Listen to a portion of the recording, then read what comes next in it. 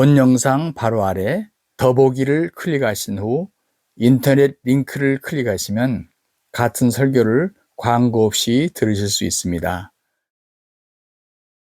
고린도후서 5장 14절부터 17절까지 제가 봉독하겠습니다. 그리스도의 사랑이 우리를 강권하시는도다.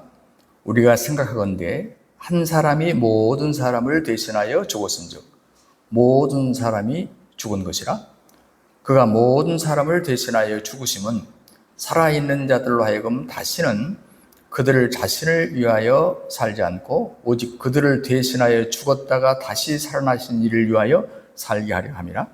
그러므로 우리가 이제부터는 어떤 사람도 육신을 따라 알지 아니하노라. 비록 우리가 그리스도도 육신을 따라 알았으나 이제부터는 그같이 알지 아니하노라. 다 같이 그런즉 누구든지 그리스도 안에 있으면 새로운 피조물이라. 이전 것은 지나갔으니 보라 새 것이 되었도다. 아멘. 사람은 흙으로 지음을 받습니다. 그래서 첫사람 이름을 흙이라는 말에서 아담아라고 이렇게 지었습니다. 그래서 흙에서 났으니 흙으로 돌아가라 그러면서 마지막 장례식 때 흙으로 덮는 것을 우리가 늘 보고 있습니다.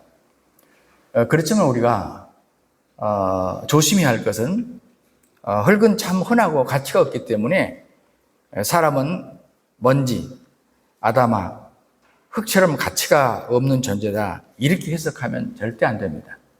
왜냐하면 하나님이 지으신 것 가운데 어떤 것도 하찮은 것은 없습니다. 특별히 주님이 창조하시는 그 과정을 보면은 매 날짜마다 하루가 끝날 적마다 하나님이 보시기에 좋았더라 하는 말을 남기고 있습니다. 특별히 사람을 마지막 날 만들고 나서 남긴 말은 하나님이 보시기에 심히 좋았더라 이렇게 표현했다고 여러분들이 말씀을 하고 있습니다.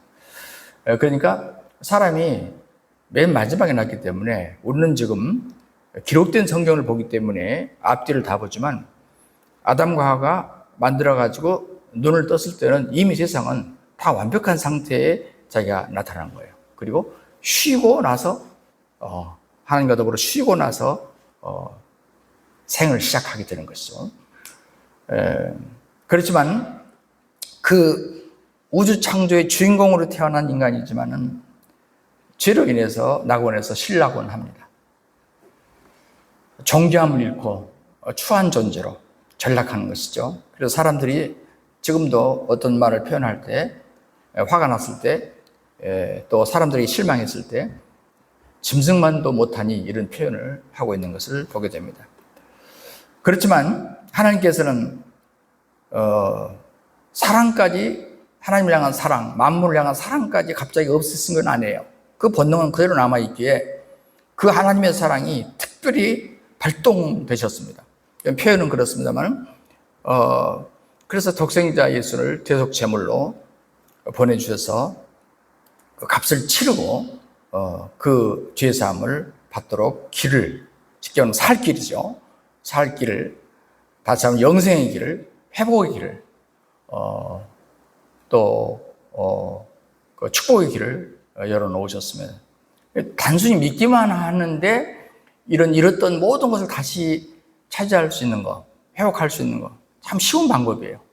하나님께서 우리에게 굉장히 어려운 그 장애물을 놓으면서 그 장애물을 뛰어넘어야 이것을 획득할 수 있다라고 하지 않고 아주 쉬운 방법을 우리에게 동원시키셨다는 것은 얼마나 큰 은혜인지 모르겠습니다. 이걸 이제 우리가 요한의 표현에 의하면 거듭났다, 거듭난이라고 표현을 하는 것입니다. 사도 바울은 조금 달리 표현합니다. 그래서 사도 바울은 오늘 본문에도 그 가운데 하나가 되겠습니다만 거듭난 것을 새로운 피조물이 되었다 이렇게 표현을 합니다. 성경의 여러 그 기자들마다 약간씩 다른 표현을 하는데 우리가 그 모든 표현들을 우리가 종합해서 퍼즐을 맞추시 종합해서 보면 훨씬 우리의 이해가 성숙할 수 있다 저는 그렇게 생각을 합니다. 자, 우리가 새로운 피조물, 즉 거듭난 자가 되었을 때 우리 자동으로 우리 마음에 참 기쁨이 생겨요. 야, 우리가 새로운 세계에 들어왔다. 그러면서 본능적으로 또 한 가지 우리 마음에서 일어나고 있는 것이 뭐냐면, 이제는 내가 그리스도인이 되었으니까 그리스도인답게 거룩하게 살아야 되겠다, 경건하게 살아야 되겠다, 이런 생각을, 착한 생각이죠. 이런 생각을 하게 됩니다. 그런데 이게 살다 보면서 뭘 느끼냐면, 내가 거듭났는데, 내가 피조물이 되었다는데도 불구하고 내가 옛날에 거듭나기 전이나 새로운 피조물이 되기 전이나 별 달리 없는 삶을 사네. 내 생각도 그렇네. 내 삶의 패턴도 별로 바뀔 것이 없네. 이런 그 스스로의 실망감을 우리가 갖게 되죠. 그리고 자꾸 의심을 갖습니다. 근데 여러분, 그래서 내가 어떻게 실제로 경건과 거룩과 동떨어진 삶을 사는데 어떻게 내가 바로 살아가지고 하나님의 마음을 이렇게 흡족하게 드릴까 하는 그런 생각을 하게 되죠. 근데 여기에 우리가 함정이 있다는 걸 생각해야 돼요. 이것은 뭐냐면 이게 참 아름답고 이쁜 마음이지만은 이 속에 사탄의 속임수가 들어있어요. 거짓말이 들어있어요. 여러분, 창세기 3장에 우리 인간이 사탄에게서 타락하는 장면이 나오잖아요. 사탄에 의해서 타락하는 장면이 나오는데, 그때 사탄의 핵심 메시지가 뭐냐면, 하와에게 던졌던 핵심 메시지, 그것은 뭐냐면 이 선악과를 먹으면 하나님처럼 될 거다는 거죠. 핵심이. 이거 별것 아닌 얘기 같지만은요, 이 한마디가 모든 인류의 운명을 뒤바꿔버려요.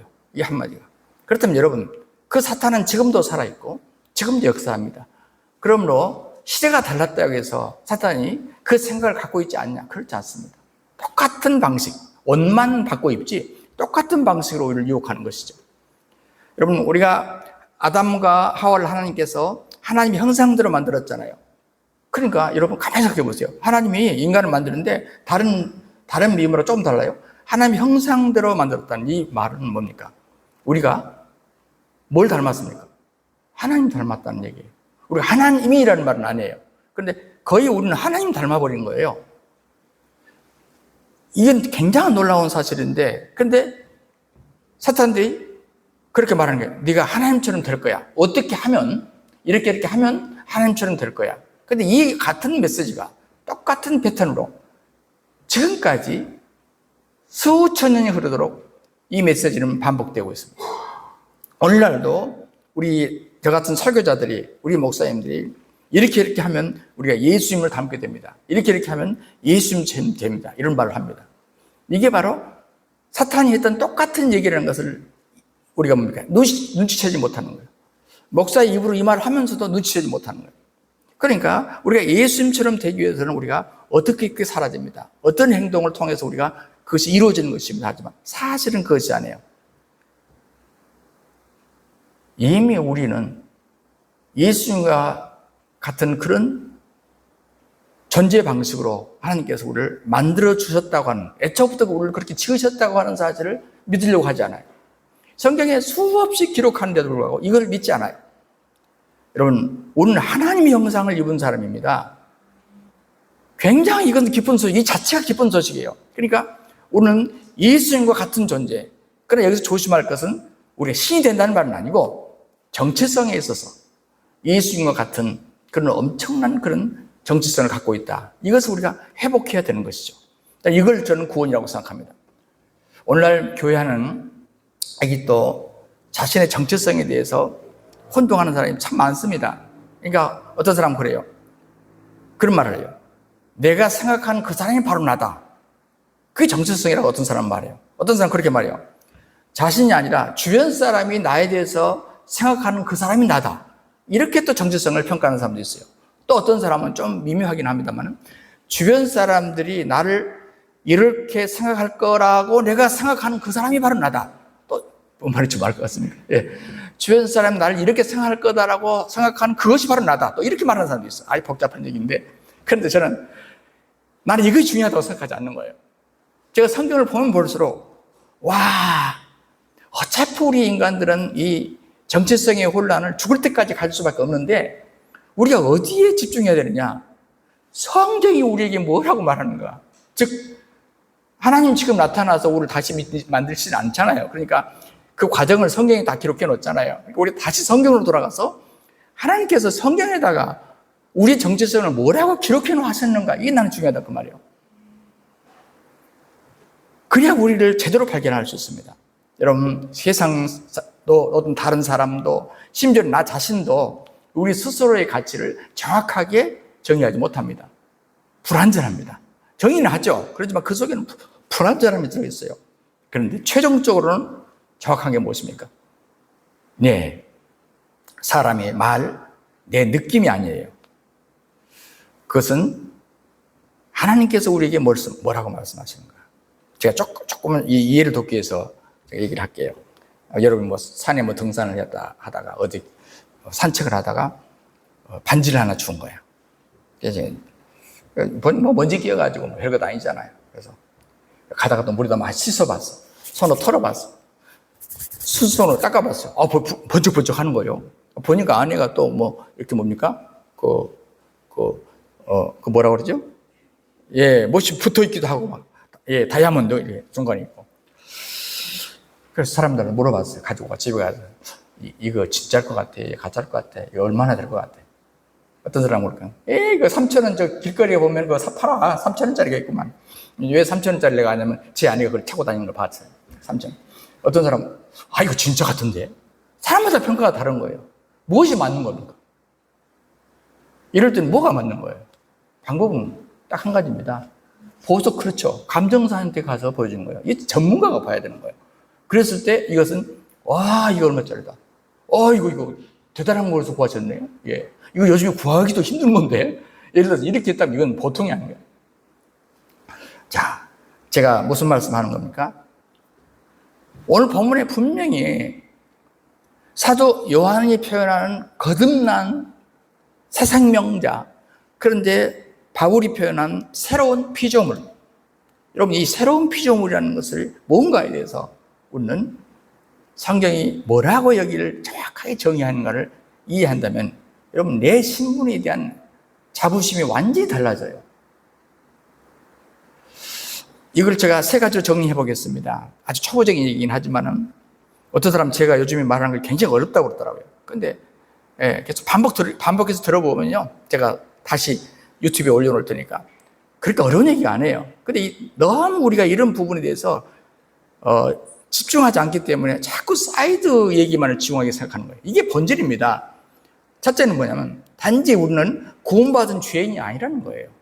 성경이 가르치는 것은 단순히 구원받은 죄인이 아니라, 두 번째, 이미 거룩한 사람들이 되었다. 이게 이제 특별히 사도 바울이 그렇게 강조하는 것입니다. 그리고 세 번째, 우리 느낌이 아니고 최종 권위, 성경을 의지하라. 자, 첫 번째, 우리는 단지 구원받은 죄인이 아니라는 것입니다. 성경은 우리를 값주고 샀다고 말합니다. 그러니까 값주고 샀단 말은 지불하고 산 겁니다. 돈을 지불하고 산 거예요. 자, 여러분, 이 책이 얼마나 할지 모르겠는데, 이 책이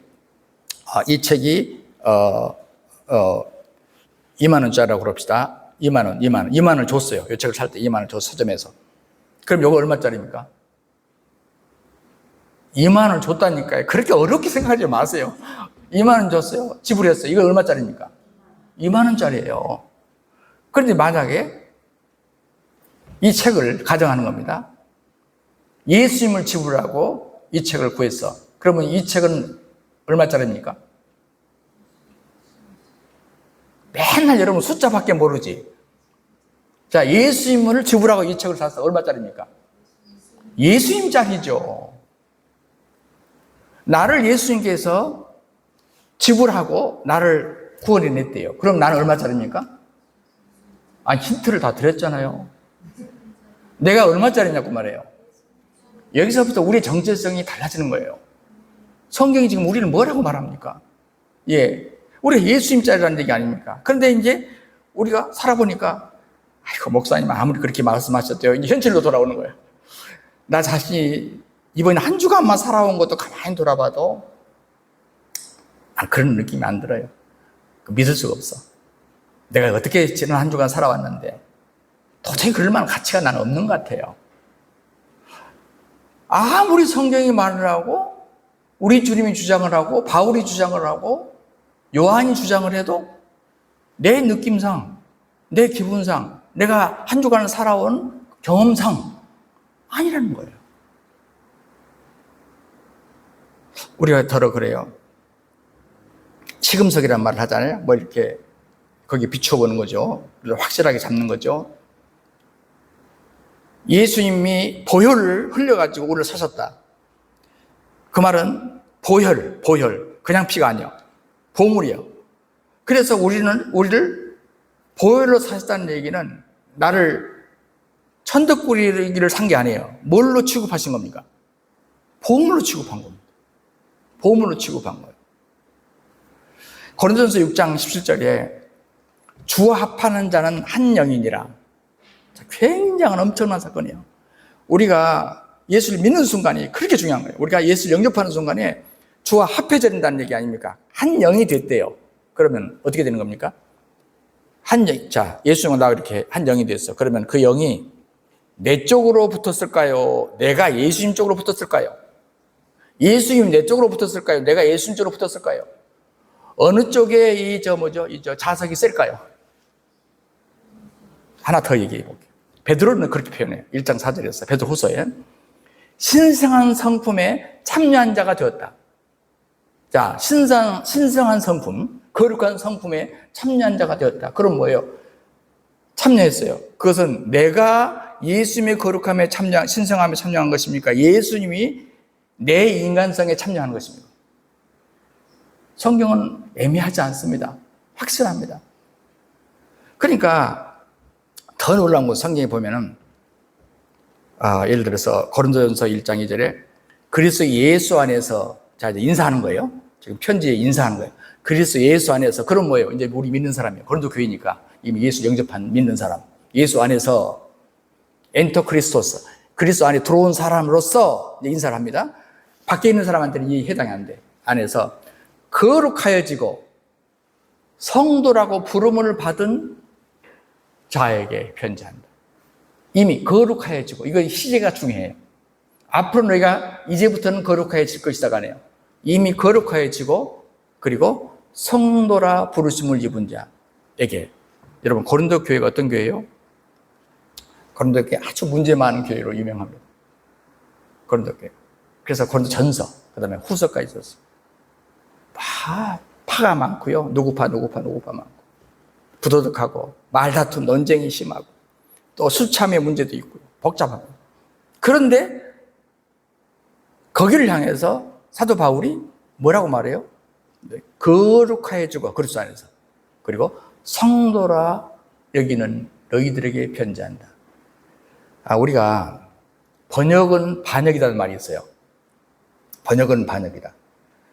성경에서 제가 제일 잘못 번역한 곳이 이곳이라고 생각하는 사람. 세인트. 이걸로는 성도. 물론 문제는 없어요. 성도, 거룩한 무리 문제는 없어요. 그러나 더 정확한 표현은 성자입니다. 이 단어가 성경에서 계속 반복해서 우리에게 말씀하고 있는 63번 나와요. 성자들에게, 성자에게. 자, 그런데 성도에게 하니까 우리가 어때요? 얼른 개념이 확 사라져요. 왜 그랬을까? 아마 이해는 가요. 천주교가 성자 그러면, 세인트 그러면 특별한 사람들에게만 말하기 때문에 이 단어를 그 사람들에만 쓰고 우리는 해당하지 안 될 것이다 해서 약화시켜갖고 성자라는 말을 성도라는 말로 바꿔서 번역을 해요. 아주 대표적인 모순이 뭡니까? 우리가 할렐루야 그대로 쓰잖아요. 예수 그리스도 그대로 쓰잖아요. 그죠? 예. 임마누엘 그대로 쓰잖아요. 세례도 밥티스마 그대로 썼더라면 뭐 침례냐 뭐냐 논란이 없을 텐데 이거 세례라고 써놓으니까 누구는 침례라고 해서 누구는 세례라고 복잡해. 밥티스마를 했으면 큰 문제가 없을 텐데. 자, 그런 것처럼 바로 이 얘기입니다. 무슨 얘기냐면 지금 사도 바울은 우리에게 우리의 정체성을 분명히 해주기 위해서 성자된 고린도 교회에게 편지하기를 너희들 문제 많은 거 알아. 이렇게 말하고 싶었는데 우리 한국말을 번역한 사람들이 이 말을 성도라고 바꿔버렸어요. 그러니까 이 뜻이 확 살아나지 않아. 무슨 문제가 있어? 천주교를 생각하면서 그렇게 또 한 가지 뭐냐면 아이고 나를 성자라고 말하기는 좀 그렇다는 미안한 감이 들었던 것 같아요. 번역하는 사람들. 유명한 설교가 가운데 해리 아이언사이드 박사님 계시는데, 이분이 이제 어떤 가게에서 한 성도님하고 이제 대화를 하게 되는데, 그 지역에 과거에 있었던 한 성자에 대한 얘기를 이제 마치 주제가 되어서 얘기를 하는 가운데, 이 아이언사이드 박사에게 그 사람 그러는 거, 나도 그런 성자를 한번 보고 싶다고. 그러니까 이 아이언사이드 목사님이 그러는 거예요. 아니, 그러면 지금까지 한 번도 성자를 한 번도 못 봤어요? 그래서, 예, 만난 적이 없어요. 한번 만나는 게 소원입니다. 정말 만나고 싶으세요? 그럼 만나고 싶죠. 그래요. 갑자기 손을 내밀더니 이 아이언사이드 박사님 손을 내밀더니, 아이고, 만나서 반갑습니다. 저는 성자 해리 아이언사이드입니다. 손을 흔드는 거예요. 성자 아이언사이드입니다. 흔들리는 거예요. 자, 무슨 얘기입니까? 우리가 흔히 은혜로 구원받은 죄인이라는 말을 많이 쓰잖아요. 근데 이 용어도 우리가 조심해야 돼요. 자, 가만히 보세요. 이 단어 갖고. 은혜로 구원받았는데 죄인이야. 이 말에 모순이 있습니까? 없습니까? 근데 우리는 이 말을 굉장히 많이 써버려요. 은혜로 구원받은 죄인입니다. 그런데 성경은 그렇게 말하는 게 아니라 뭐라고 그래요? 성자입니다. 네가 성자다. 이렇게 말하는 거예요. 63번. 사랑하는 여러분,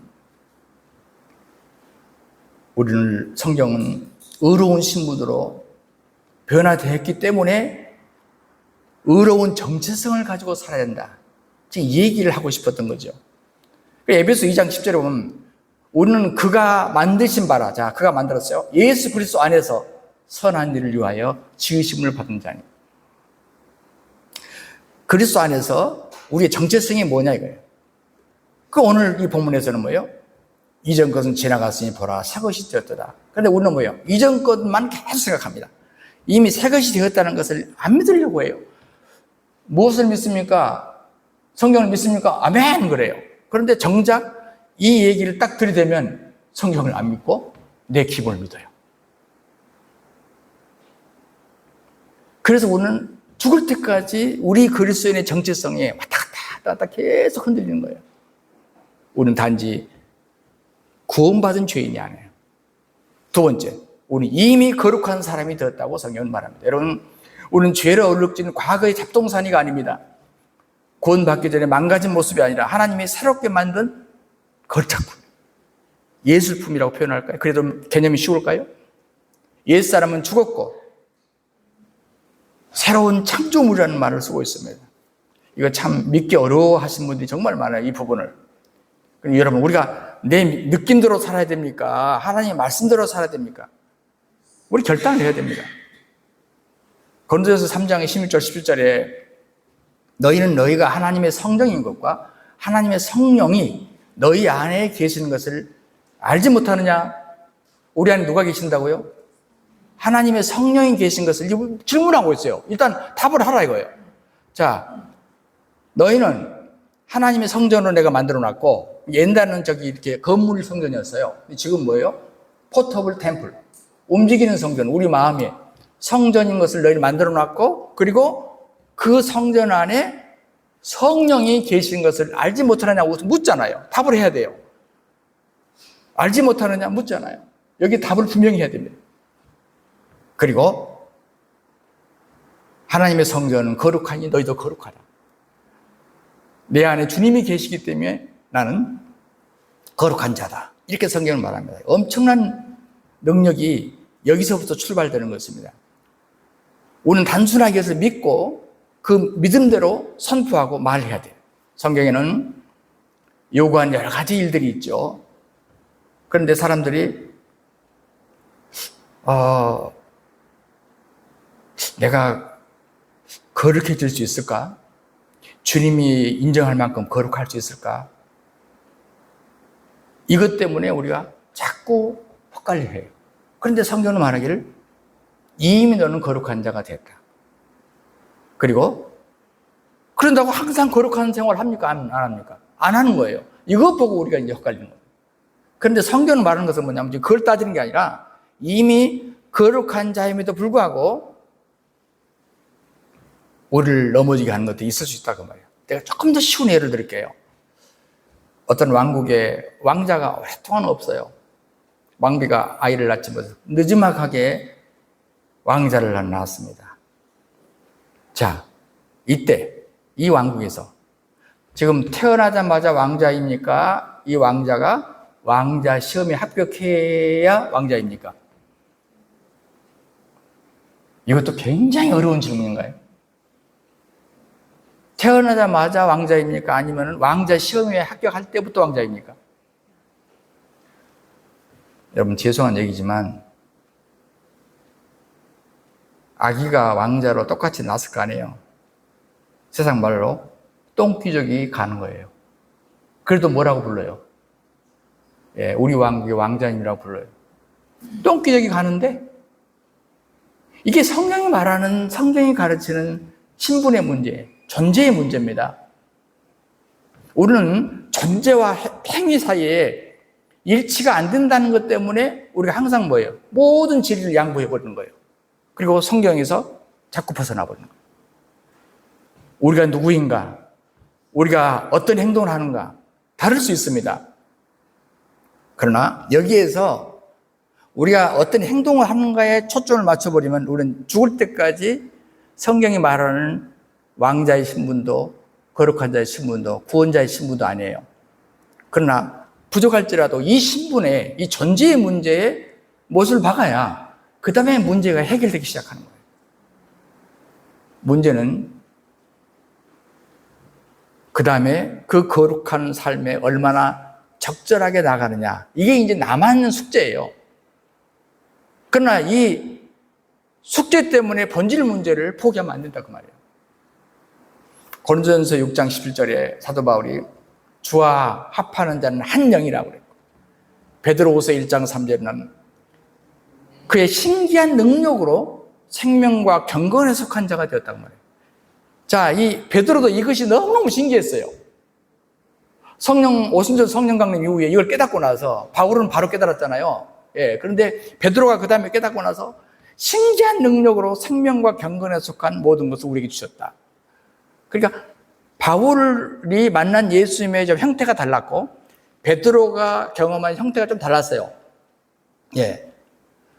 지난번에 말했던 바울은 예수님과 육신적인 예수님을 만난 적이 없기 때문에 바로 패스해버려요. 본질로. 그래서 바울 사실이 매우 중요합니다. 베드로는 뭐예요? 인간적인 예수님과 함께 살았던 경험이 항상 그를 붙잡아요. 그러나 오순절 이후에 그가 바뀐 겁니다. 우리는 바울파에 좀 가까울 것 같습니까? 베드로파에 가까울 것 같습니까?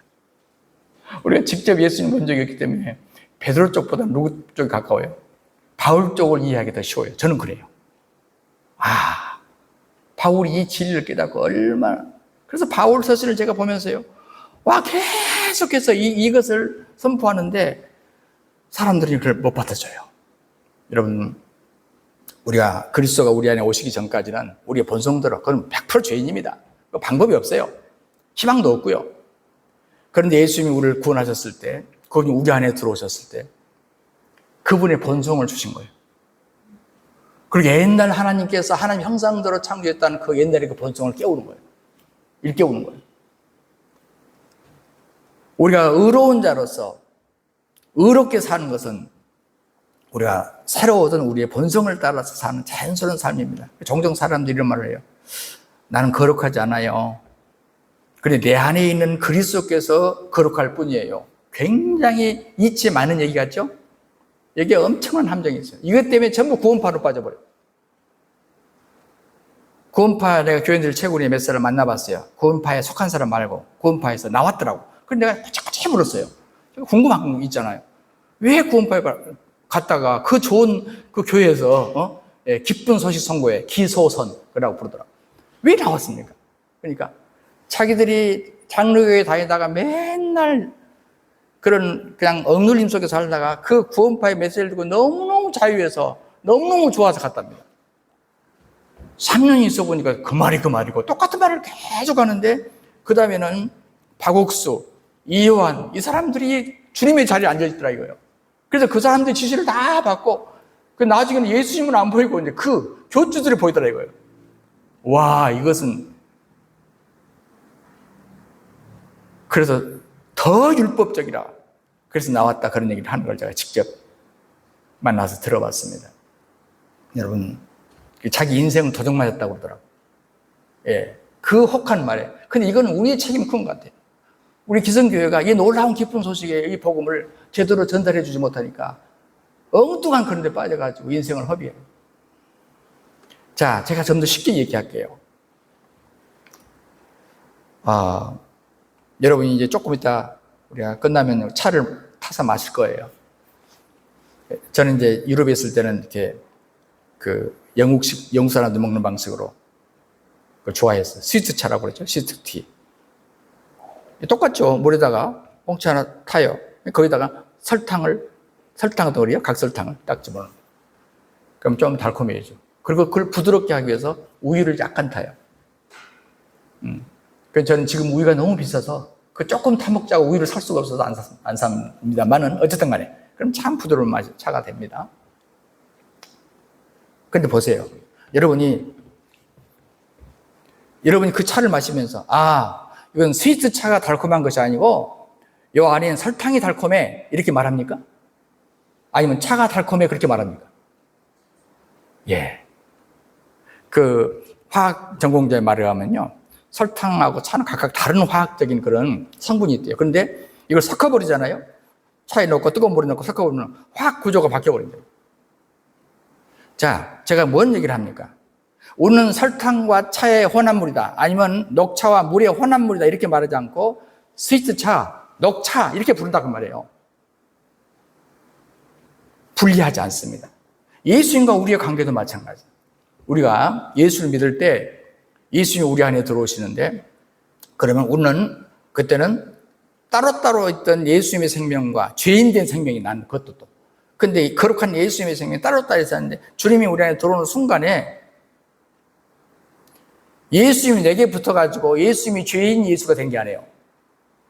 죄인인 내가 예수님께 붙어가지고 뭐가 돼요? 의인이 되어버려. 섞여버리는 거예요. 물리적인 변화가 아니라 화학적 변화를 일으켜버리는 거예요. 제3의. 그래서 오늘 뭐라고 해요? 그것을 새로운 피조물이라고 말합니다. 옛날의 피조물이 발전된 게 아니라고 말해요. 체인지가 아니고 익스체인지. 바뀌었다 그 말입니다. 이게 지금 바울의 사상이라고 말이죠. 여러분 로마서 5장 19절에 보면 한 사람이 순종하지 아니함으로 많은 사람이 죄인 된 것 같이 한 사람이 순종함으로 많은 사람이 의인이 되리라. 자, 이게 무슨 말이에요? 우리가 아담 안에 있었을 때 죄인들 원래 우리는 태어날 때부터 이미 이제 타락 이후에 조상들로부터 났기 때문에 아담 안에 있었지 않겠습니까? 다른 성경의 표현은 우리는 아담의 허리에 있었다고. 아담의 후손이라는 이유 하나 때문에 실제로 죄인이 되어버린 거예요. 내가 죄를 짓기도 전에 아담 안에 있었다는 거 하나 때문에, 이유 하나 때문에 자동적으로 죄인이 되고 죄인으로 태어나고 그리고 죄인으로 살아요. 뭐 명목적인 죄인이 아니야. 뭐 상징적인 죄인이 아니야. 실제적인 죄인이야, 죄인. 근데 우리는 놀라운 소식에 접합니다. 그래서 우리가 복음이라고 하지 않습니까? 우리가 그리스도 안에 들어갈 수 있는 기회가 생긴 거예요. 그랬을 때 문자 그대로 실제적인 의인이 된 거예요. 자, 보세요. 한번 우리 자신 한번 생각해 봅시다. 아담 한 사람 때문에 모든 일과 다 죄인이 됐다. 인정하십니까? 인정하시죠? 예, 여러분 고개 끄덕 안 해도 내가 다 알아요. 여러분 마음속으로 읽어버렸잖아. 인정하시죠? 죄인 인정하죠.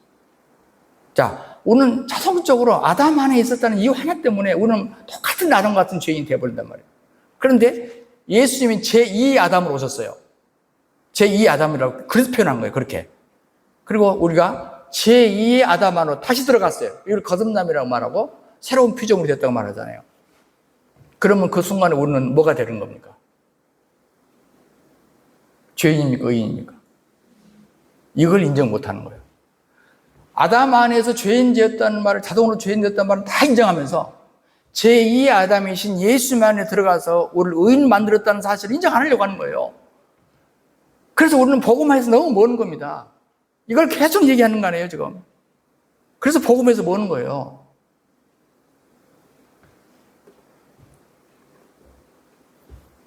내가 죄인이니까 죄인처럼 사는 거죠, 뭐. 사람은 자기 생각대로 살게 돼 있어요.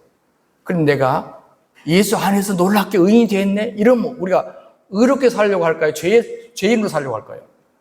다릅니다. 이제 그때부터 의롭게 살려고 해요. 왜? 내 정체성이 달라졌다는 걸 알기 때문에.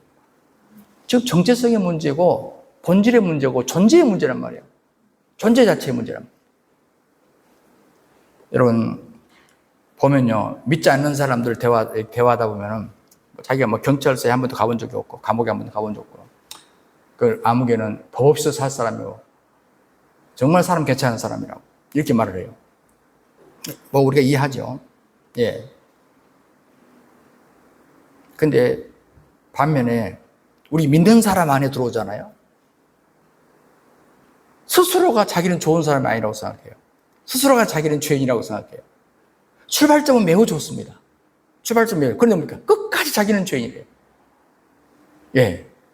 그래서, 아니, 불신자는 만나보면 자기는 법 없이서 살 수 있는 의인이라고 말하는데, 정작 의롭다함을 얻은 우리 그리스도인들은 만나서 얘기하다 보면, 나 같은 죄인이, 나 같은 죄인. 아니, 입에 달고 살아요. 우리 권사님들 기도할 때 보세요. 그 말이 안 나올 수가 없어요. 다 그렇게 해요. 나 같은 죽을 죄인. 여러분, 성경 요한복음 16장 8절에 그가 와서 죄에 대하여 의에 대하여 심판에 대하여 세상을 책망하시리라. 우리는 어려서부터 신앙생활하면서 자라오면서 죄에 대한 성령님의 책망을 듣습니다. 그렇죠? 그 증거가 뭘까요? 우리가 죄의 영이 없다면 무슨 죄를 지어도 죄 지은다고 말도 안 하고 죄 지는 느낌도 없어. 그런데 우리가 구원받은 증거는 뭐예요? 성령님 우리 안에 있는 증거는 뭐예요? 조그마한 죄를 지었을 때도 자꾸 걸려. 양심이 아프고 힘들고. 그건 뭐죠? 구원받은 증거예요. 오늘 이미 거룩한 사람이 되었기 때문에 그런 거예요. 그러므로 세 번째, 우리 느낌이 아니라 최종 권위를 인정하라 그 말씀입니다. 의로운 존재라는 사실이 믿기 어려운 이유가 뭐냐? 딱 한 가지입니다. 내 행실을 보니 별로 의롭지 않아서 그렇습니다. 그러나 그리스도 안에 있는 우리가 의인이라고 하는 것은 성경 말하는 명백한 주장이고 진리입니다. 제가 한 가지만 시간상 예를 들게요. 성경 예를 들게요. 자, 이해를 돕기 위해서, 물론 실제적인 성경 기록입니다. 아브라함이 조카를 챙겨요. 누구죠? 롯. 예, 조카를 챙겨요. 룻이 아니에요. 롯이에요. 챙깁니다. 역시 사람은요, 부자 옆에 살아야 돼요. 그러면 부자가 돼요. 롯도 자기 삼촌 옆에 살다 보니까 아버지가 먼저 일찍 돌아가셨어요. 삼촌이 챙긴 거거든요. 살다 보니까 같이 부자가 돼요. 같이 재산이 증식된다고. 나중에는 도무지 감당이 안 되는 거예요. 그러니까 불가피한 조치를 취합니다. 서로 영토를 정하자. 그래야 분쟁이 없겠다. 그래야 서로가 좋겠다. 이 혈육끼리 이것이 뭐냐?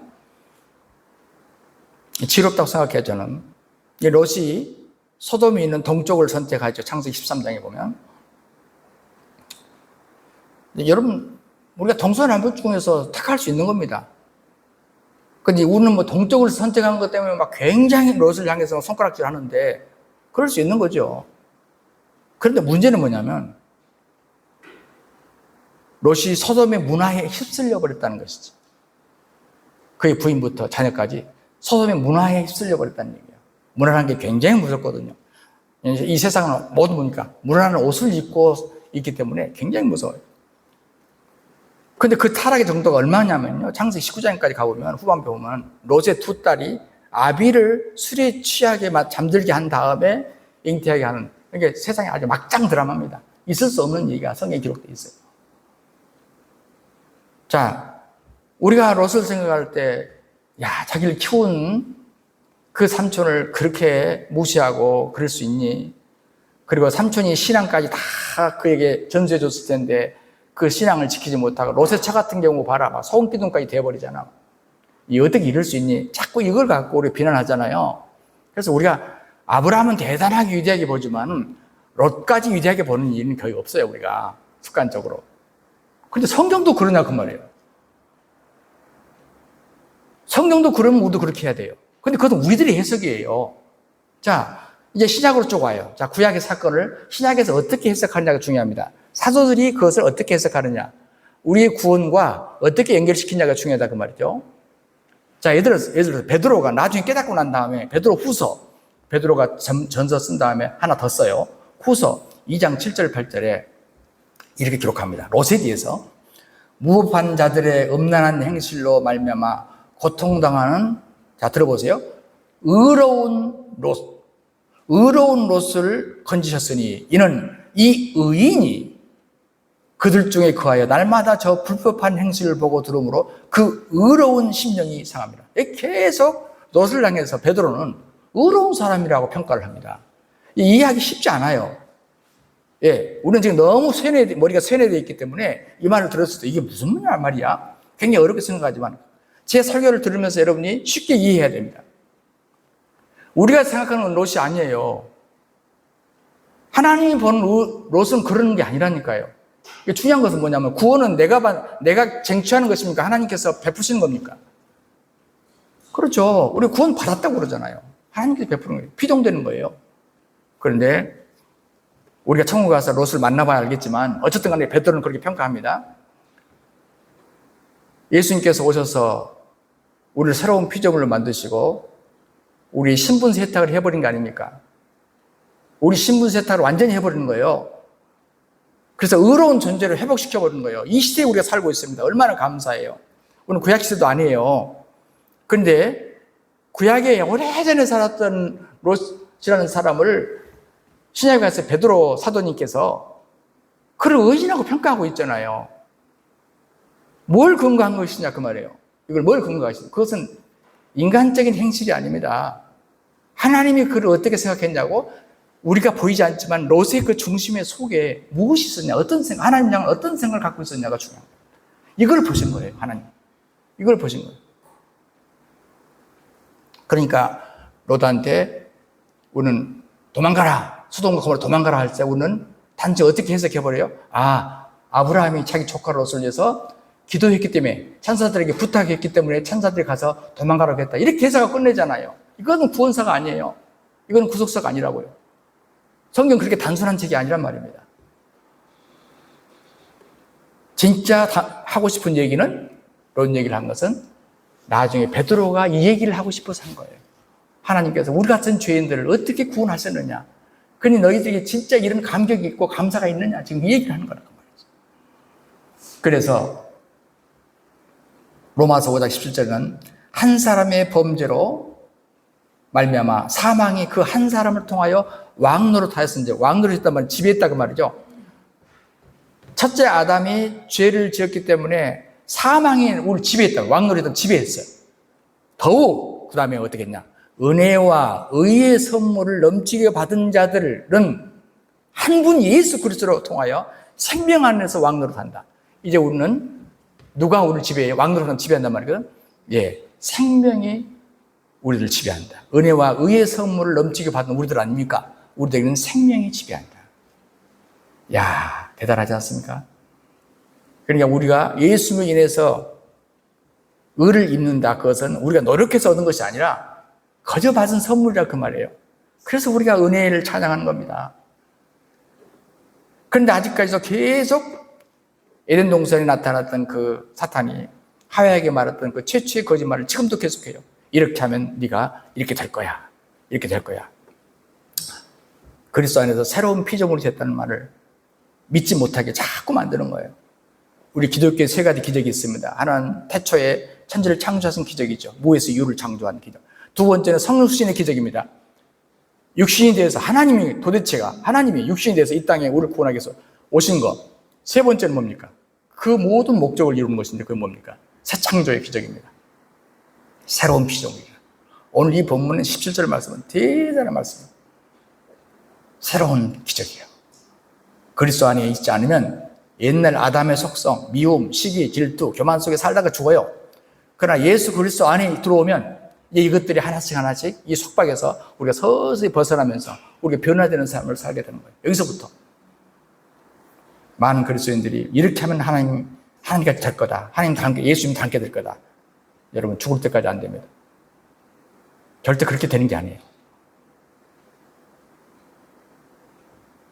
에베소 2장 10절에 보면 우리를 두고 그리스도 예수 안에서 선한 일을 해 지으심을 받은 자라고 했어요. 우리가 우리의 행위로 의롭게 될 수 있는 것이라고 주장한다면 우리가 도대체 어느 만큼 공적을 쌓으면 의롭게 될까요? 우리가 공적이란 말하고 불교 용어로는 적선이라고 그러죠. 선을 얼마나 쌓으면, 적선하면 우리가 의롭게 될까요? 요즘 시골에 가보면 너무 재밌어요. 시골에 이렇게 플랜카드가 붙어 있는데요. 누구 씨의 아들 누구가 행정고시 합격했습니다. 나 그분이 누구신지 모르겠지만 마을에 붙어 있어. 지난번 어디 가니까요. 우리 마을 옆에 가니까. 누구 씨의 아들 누구가 연세대학교 식과대학에 합격했습니다. 이러더라고. 시골에 보면 그런 간판이 많이 있어요. 예. 그럼 도대체 어느 날 우리가 아무개 씨가 플래카드가 그런 거야. 드디어 의인으로 합격이 됐습니다. 축하합니다. 언제쯤 될 것 같아요? 제가 언제쯤 그 의인의 합격이 돼서 우리 동네에 플래카드가 축하합니다 붙을 것 같아요? 여러분, 제발 속지 마세요. 속지 마세요.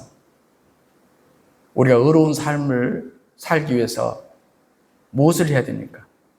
그것은 우리 신분의 변화부터 시작이 됩니다. 의와 진리의 거룩함으로 지으심을 받은 새 사람을 입어라. 그건 하나님 분명히 우리가 예수를 믿는 순간에 의롭다고 하십니다. 믿음으로 그것을 소유할 수 있다고 하십니다. 그리고 그 신분을 바꿔놓고서 그 다음에 우리 요구하는 거예요. 이제 그 신분답게 살아라. 먼저 신분을 바꿔놓고서. 근데 우리는 어때요? 얼만큼 살아야 주님 앞에 인정받게 될 것이다. 이게 바로 율법주의입니다. 이게 바리새인이에요. 이걸 그렇게 주님께서 공격하신 거예요. 오늘 하나님은 예수님의 의를 내 것으로 취하라고 말씀하십니다. 예수님 안에 거하고 예수 생명이 나를 통해서 표현될 것을 신뢰하라고 말씀하십니다. 느낌이 아니라 최종 권위를 성경에 두라고 말합니다. 여러분, 세상에서 새로운 사람이 되기 위해서는요, 많은 대가를 지불해요. 여러분, 옛날에 로마 시민권 따기 위해서 얼마나 힘들었는지 몰라. 그래서 사도 바울이 자랑했던 거 하나 있어요. 나는 우리 아버지 때부터 시민권자였다. 이거 자랑한 거 아닙니까? 아마 로마 유태인으로서 히브리 사람인데 어떻게 큰 기여를 했는지 모르겠지만, 지금도 미국을 비롯해 선진국가의 시민권 따기 위해서 굉장히 쉽지 않아요. 뭐 돈 갖고 되는 게 아닙니다. 예. 근데 우리 아이들이 18세가 딱 되니까 연락이 왔더라고. 내가 신청한 것도 아니에요. 선택하시오. 유럽 시민권을 갖겠습니까? 갖지 않겠습니까? 일단 갖고 보자 했지. 그래서 우리 아이들은 시민권자예요. 그러죠? 내가 돈 준 거 아니라니까요. 18세가 되니까 그날의 법에 의해서 선택권을 주는 거예요. 여러분, 그렇지 않습니까? 데미 무어라는 배우가 있잖아요. 사랑과 영혼에 아주 나왔을 때 세계 모든 여성들의 머리 스타일을 바꿔버린 여자 아닙니까? 이제 나이가 들어서 사람 늙잖아요. 지금 할머니 40세가 되었을 때 새로운 영화의 주연을 맡기 위해서는 모양을 또 바꿔야 되겠는 거예요. 대충 계산해 보니까 한 우리나라 돈 한 4억 9천 얼굴 뜯어 고치는데, 여러분도 견적을 한번 내보시기 바랍니다. 근데요, 세상에 외모 조금 바꾸는데도 엄청난 투자를 해야 된다니까요. 그런데 누군지 그리스도 안에 있으면 새로운 피조물이 자동적으로 된다. 예전 것은 지나갔으니 보라 새 것이 되었도다. 그리스도 안에 있다는 말은 뭐예요? 그리스도와 연합했다는 말이죠. 누구든지라고, 누구든지. 로마서 10장에 쓰죠. 성경에 이르시기를 누구든지 저를 믿는 자마다, 누구든지 주의 이름을 부르는 자는 구원을 얻으리라. 누구든지예요. 얼마나 감사합니까? 예, 누구든지. 이전 신분 상관없다. 이전의 죄의 크기 문제 안 된다. 자비가 풍성하신 그 하나님, 그분은 과거를 보지 않는, 과거를 묻지 않으시고, 여러분 원자가 분열될 때요, 엄청난 에너지가 발생돼서 우리 원자탄이라는 게 있잖아요. 여러분, 우리 안에 예수님의 이름의 권세가 우리 안에 한번 장착될 때요, 우리의 삶에는 이런 폭발력이 있어요. 우리 요즘에는 컴퓨터가 더 발전되고 보니까요, 압축 파일이라는 게 있다고요. 이게 풀어놓으면 어마어마한 자료가 되는 거예요.